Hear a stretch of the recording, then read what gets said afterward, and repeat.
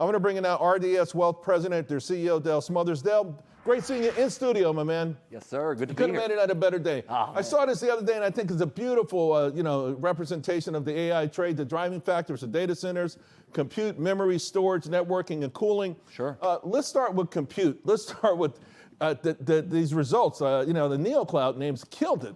NeoCloud is killing it right now. CoreWeave in particular, we have been a buyer at CoreWeave's lows, continuing to add to a name that we think long-term has a lot of upside, and you see an incredible revenue coming in. This quarterly revenue was off the charts. It doubled last quarter's revenue, and we expect a lot more in return here in the next couple of weeks even. I think you're going to see higher. How about this thing with these A100s, man? It's like, and and I guess it gets to the point like, is compute an asset? And will this thing that was announced earlier in the week with Nvidia and these big banks, is that going to work, the $500 billion? I totally think that it's going to work. Nvidia is certainly not going to be replaced by these companies like CoreWeave and even Nibius, which you talked about. I think you look at Nvidia as maybe the racetrack that these AI names race on, and you've got these NeoClouds that are acting as the race horse trainers, making these names run even faster. I mean, just look at the last 5 quarters, folks. This is the backlog from $26 billion to $100 billion. This is just outrageous. And by the way, it's so good. CoreWeave, Nebius, SpaceX, when they reported, sort of saying, hey, we're NeoCloud too, and it kind of puts some pressure on these names. Should they be afraid?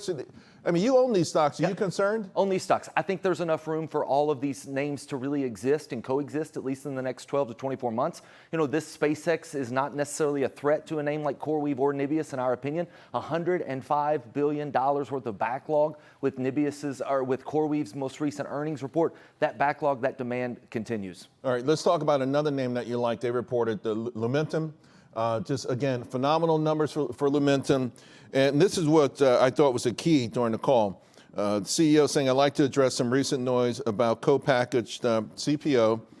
First, our lead in co-packaged customer production plans remain very much on track. So our lead, we know that if you look at where all these things are going, you can see out to 2030, 2031 with these optical names. You're exactly right. There's a lot of money to be made here. And I say that AI is not a single trade by any means. Right. It's an ecosystem. There is so much money to be made in the AI ecosystem right now. These names like Lumentum are exactly where you need to be looking for the next leg higher in AI.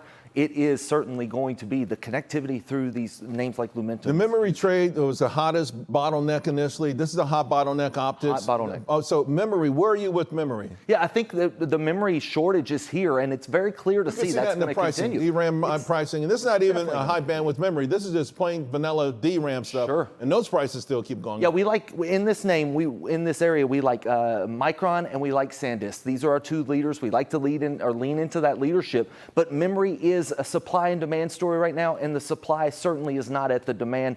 You see Apple even saying they're having to go to China to be able to fulfill their supply. Yeah. I think that America has to lean into this memory trade specifically because we want to win this Chinese trade. I agree with you 1,000%. I think the pullback in these names were a gift for investors. Let's talk about the overall market, right? Because you've been bullish since I've known you, which is great. This is just the last few years, right? BCA put this out. By the way, BCA is generally bearish, and they admit it's been tough being bearish because you get dips, but we recover out of them very, very quickly.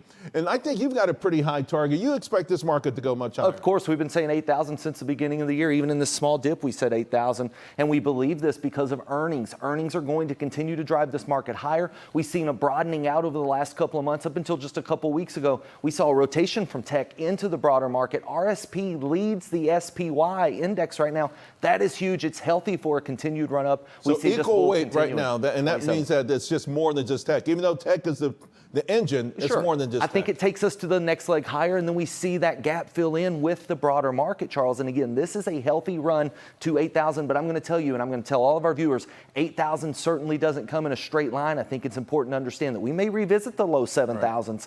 Stay the course and know what you own. Before I let you go, Berkshire Hathaway is a name that you're talking at. It seems like it's new. At least I haven't heard you mention it before. Yeah. It's starting to come on pretty nicely.